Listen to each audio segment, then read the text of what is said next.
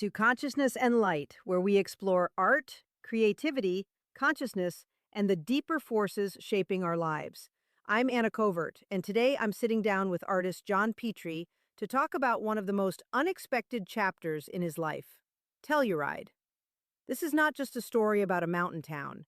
It is a story about leaving one life behind, taking a wrong turn, finding creative freedom, and discovering that sometimes the place you never planned to stay becomes the place that changes everything. John, welcome back. Thank you, Anna. It's good to be here. Let's start with the beginning. You were leaving Miami. What were you really trying to get away from? Miami at that time was beautiful, exciting, dangerous, and completely unreal.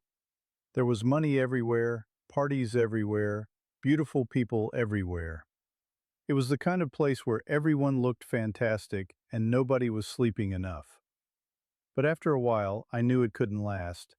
It was too fast, too hazy, too much illusion. I had two little daughters and I needed space, I needed air, I needed somewhere real. So you bought a motor coach.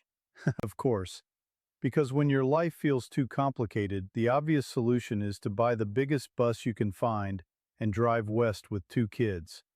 But that's what I did. I loaded up my daughters, pointed west, and we crossed the Rockies with no real plan, just instinct. And at first you thought you had found the right place near San Francisco. For a moment, yes, it looked comfortable, upscale, a little artsy. The weather was beautiful. And then the fog arrived and apparently decided it had a long-term lease. The girls hated it. Cold, damp, gray, dark. They wanted no part of it. And their opinion mattered, so I turned the bus around. And that's when the wrong turn happened.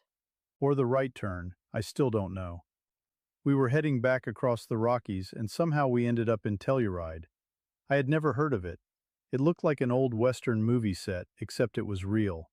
Mountains, open air, old buildings, that raw feeling of a town that didn't care who you were. Where did you stop? Right on the main street, across from the Roma bar. The girls wanted to explore, so I gave them the keys to the bus and told them to go. Different time. Back then, kids disappeared into town for hours and everyone survived. And you walked into the bar. I did. I looked through the window first. There was a real cowboy inside, the kind that actually worked ranches, with a rifle beside him like that was perfectly normal. Which, in Telluride, it probably was. The bartender looked like a cross between a hippie and a cowboy. They both looked tired of each other. I walked in and the cowboy turned to the bartender and said, "Pour this man a drink, put it on my tab." And 3 hours later, you were still there.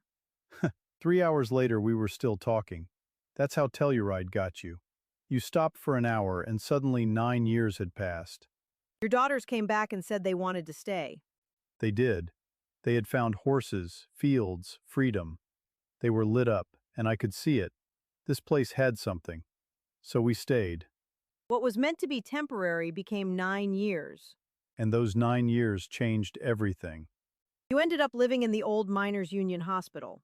Yes, it had been turned into apartments. Big rooms, history, character. It was dramatic, oversized, a little strange. Perfect for me, obviously. I've never been very good at living small. What was Telluride like then? It was skiers, artists, drifters, cowboys, mountain women, and people who came for a season and never left. Everyone was either chasing something or trying to outrun something, sometimes both. There was art, philosophy, music, pot plants the size of furniture, and people discussing the universe like it had personally sent them a memo. It sounds like the kind of place where surrealism made sense. Exactly. Telluride didn't feel separate from imagination. It felt like imagination had moved into town and opened a bar. Speaking of things moving into town, let's talk about the motor coach. Haha, the bus. I parked it behind the Miners Union and forgot about it, which is a very optimistic thing to do in a mountain town before winter. Then the snow came. And kept coming. Telluride is a box canyon, so snow doesn't just fall, it piles. After a while I went outside and the bus was gone, completely buried. But you had an idea. I had a window in the basement that faced where the bus was buried, so I unscrewed it, looked at this wall of snow, and told the girls, I think the motor coach is right over there. Dig a tunnel to it. That sounds either brilliant or insane. In Telluride, those were often the same thing. The girls and their friends dug a tunnel through the snow until they reached the door. The bus still had heat, it still worked, so it became a clubhouse for the kids all winter. And later, the cowboy from the Roma bar needed a place to stay during the snow months, so he stayed in the bus too. The motor coach found its purpose. It did. Everything in Telluride seemed to find a strange purpose. Then there were the twin sisters, local legends. Oh, yes, the sisters. They were mountain women, cowgirls, business owners, landowners, and absolutely impossible to intimidate. Louise was the one I became closest to. Brilliant, independent. She owned bars, restaurants, nightclubs, pieces of history. She understood land and value before everyone else did. She also had a very specific sense of humor. That's one way to put it. One day we were hiking high in the forest, and she had been picking mushrooms. She sees a baseball team down below and says, "Watch this." And she gave them the mushrooms.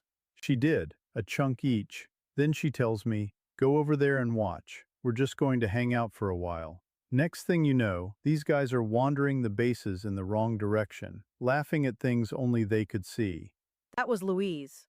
That was Louise. She could walk into a situation and change the entire atmosphere. She also saw the future of Telluride before most people did. She did. She kept trying to sell me property. Land was cheap then. You could buy pieces of the mountain for almost nothing, which, looking back, is the kind of thing that makes you want to go outside and yell at your younger self. You did buy an old schoolhouse. I did. It had been built by miners. 3-foot thick walls, huge classrooms, incredible structure. It felt like endurance in building form. But you gave it back. I realized what it would take to do anything with it. Money I didn't have, dreams I couldn't afford yet, and more importantly, the weight of ownership. Once you own things, they own you. Years later, it became luxury apartments. Of course it did. Louise was right. She was always right about those things. During this time, you also started teaching life drawing classes. Yes, and in a town like Telluride, if you said the words nude models, suddenly everyone developed a deep interest in art education. Everyone came?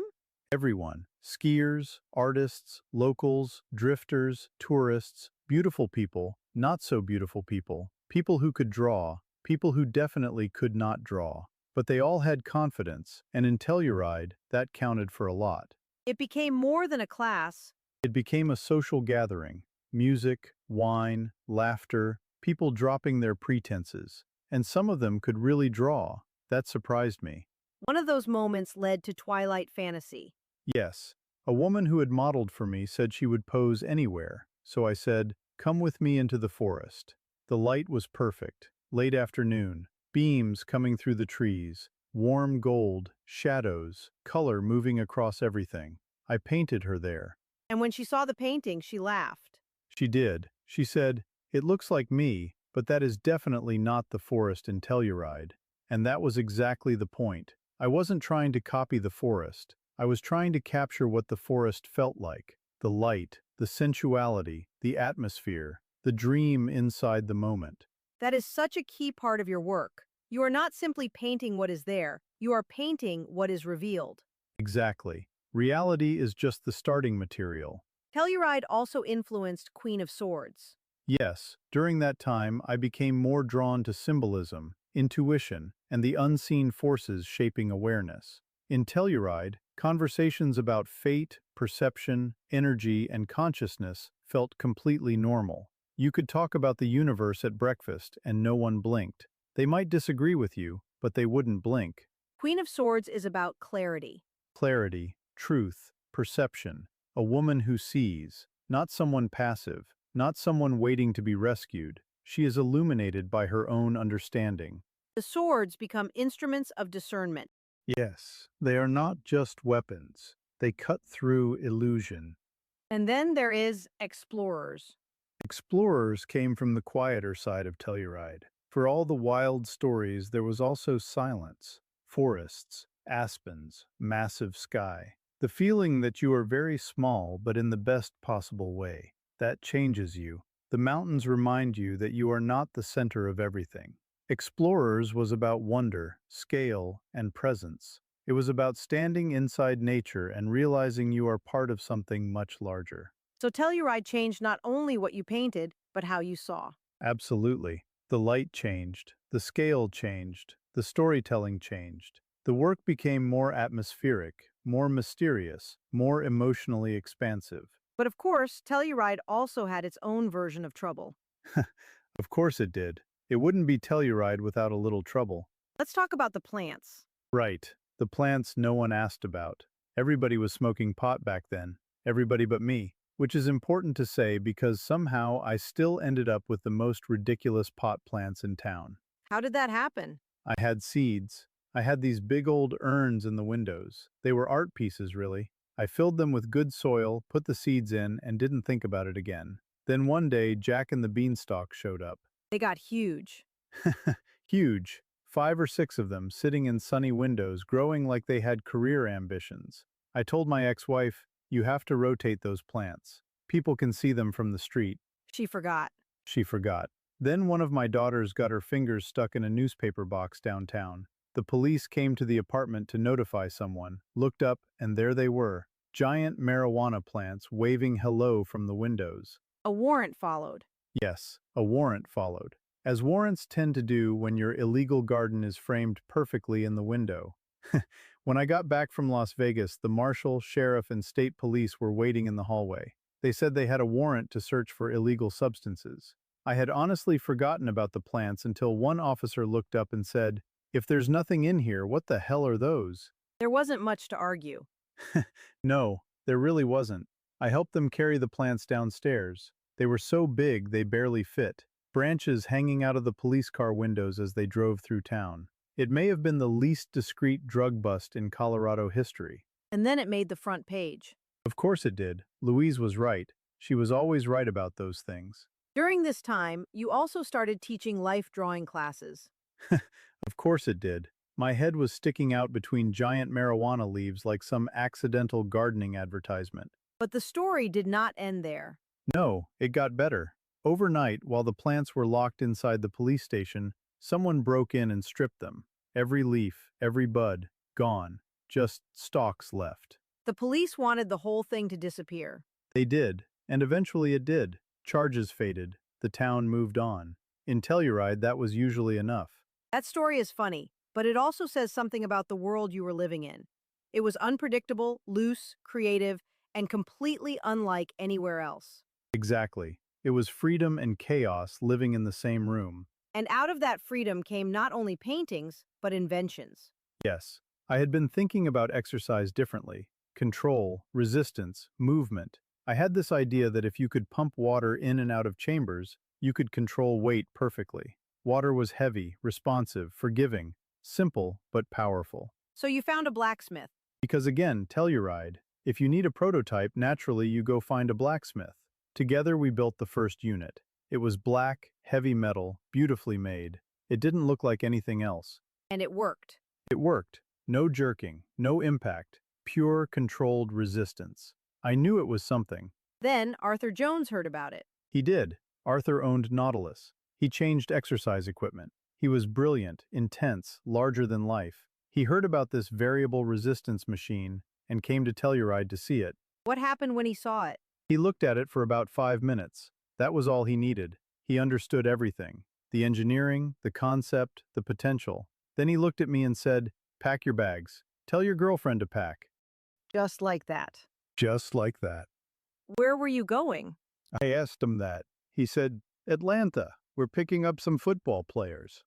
That sounds like the beginning of another completely different story. It was. We flew to Atlanta, picked up these big football players, and then went down to his place in Florida. He had a runway, a hangar, wild animals, elephants, giraffes, crocodiles. He would feed the crocodiles live chickens and make you stand there and watch. That was Arthur's idea of hospitality.